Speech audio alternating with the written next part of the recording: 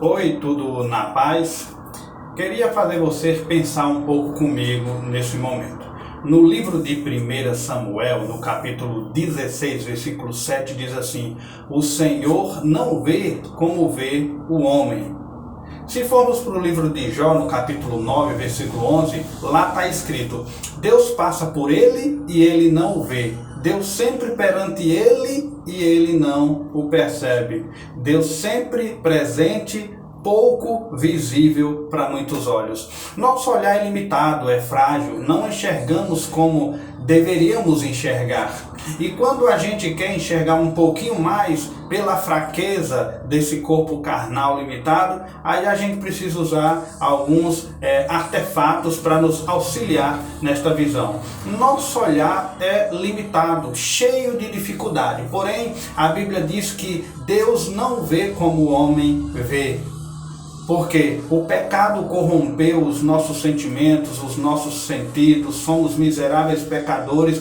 Mesmo assim, Deus nos ama e tem demonstrado todo dia esse amor sobre essa natureza nossa, pecaminosa, caída, porque Ele quer nos restaurar.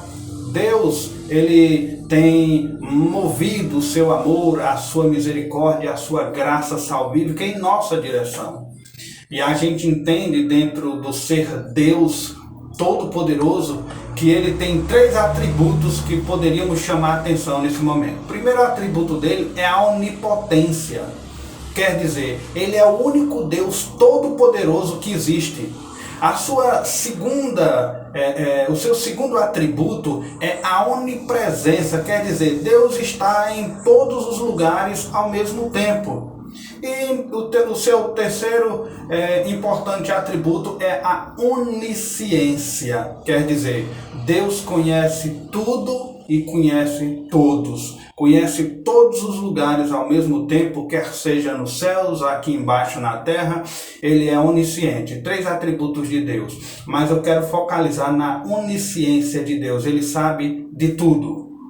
Se formos no Salmo 139, por exemplo, esse salmo, ele fala só da onisciência de Deus. Versículo 1, o salmista diz: Deus nos sonda e nos conhece. Esse salmo só retrata a onisciência de Deus. Versículo 2, o salmista diz: Deus sabe de tudo o que fazemos. Versículo 3 ao 5, o salmista diz: Deus cerca nosso andar e o nosso deitar e conhece todos os nossos caminhos. Deus sabe de tudo, sonda todos, sonda tudo no mesmo instante.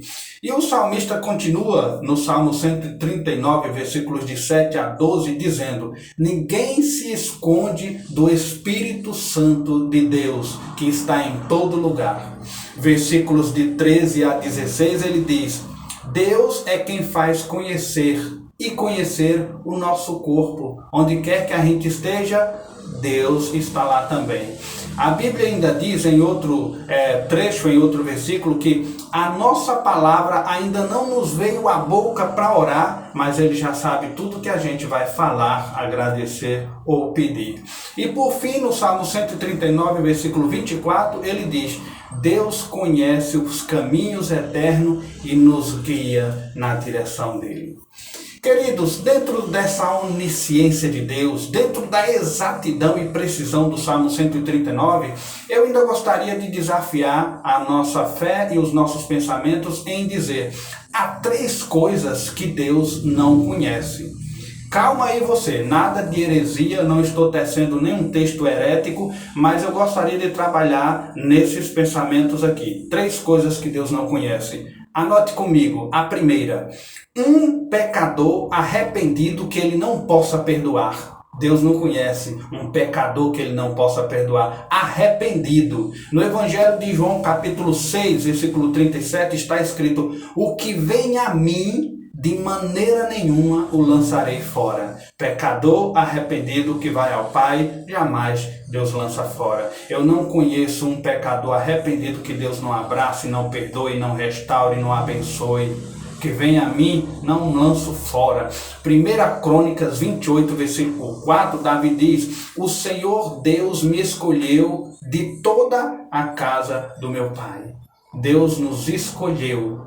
Atos dos Apóstolos, capítulo 17, versículo 30, Paulo diz assim: Deus não leva em conta nossos pecados cometidos no tempo da ignorância, no tempo quando éramos ainda ímpios, né? Não éramos cristãos. Porém, ele diz: isso só fará diferença se a gente se arrepender e aceitar a Cristo como Senhor e Salvador. Pecador arrependido, colocando-se à disposição de Jesus, Deus jamais irá abandonar você. Se tiver um pecador que se arrepende verdadeiramente, não há um que Deus não possa perdoar. Mas eu disse 3 coisas que Deus não conhece. Uma segunda coisa que Deus não conhece, queridos, e eu gostaria de meditar nessa hora contigo, é um problema que Ele não possa resolver. No livro de Gênesis, capítulo 18, versículo 14, olha o que Deus diz a Abraão: acaso para o Senhor existe coisa demasiadamente difícil? Não há um problema, uma questão, um desafio que Deus não possa resolver. Às vezes as coisas não acontecem na vida da gente, não porque Deus não possa resolver, mas isso vai depender muito do tamanho da nossa fé, que gera confiança no poder de Deus. O evangelista Lucas, no seu livro, ele diz lá no capítulo 1, versículo 37, ele diz assim, porque para Deus não haverá impossíveis em todas as suas promessas. Requer de nós fé e confiança. Querido, eu não sei qual a batalha que você está travando na tua vida, quer seja sentimental, financeira, física, emocional, espiritual, mas uma coisa eu te digo: não há problema ou batalha que Deus não resolva e não vença. No livro dos Salmos, capítulo 140, versículo 7, o salmista ele diz com toda segurança: ó Senhor, força da minha salvação, Tu me protegeste a cabeça no dia da batalha. Aleluias. Não há um problema que Deus não possa resolver. E uma terceira e última coisa que Deus não conhece é um substituto para o sangue de Jesus. Jesus é o Shiloé, é o enviado de Deus Todo-Poderoso. Ele é o único, ele é o Cristo, ungido de Deus para salvar. Apocalipse capítulo 22, versículo 13 e 14 diz: eu sou o Alfa, o Ômega, o primeiro, o último, o princípio, o fim. Bem-aventurado aqueles que lavam suas vestiduras no sangue deste Cordeiro. Ele é brilhante, ele é resplandecente, ele brilha como a estrela da manhã, o lírio dos vales, a pedra de grande preço. Ele é o caminho, a verdade e a vida. Ele é o pão da vida, ele é a própria vida, ele é a luz da escuridão dos homens. O diabo morre podre de inveja, pois jamais e nunca ele poderia tomar o lugar de Jesus, porque precisa ser derramado sangue puro para salvar as almas perdidas. Mas o diabo não tem sangue, porque o diabo é um anjo. No sangue de Cristo há poder insubstituível e poderoso para sempre. Não existe um substituto para o sangue do Cordeiro. 3 coisas que Deus não conhece: um pecador arrependido que ele não possa perdoar, um problema que ele não possa resolver e um substituto para o sangue do Cordeiro.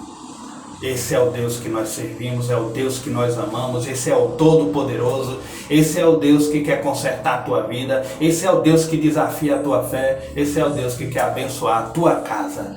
Creia no Senhor Jesus Cristo, será salvo tu e a tua casa. Que esse Deus tremendo seja sobre a tua vida nessa hora, em o nome de Jesus. Amém.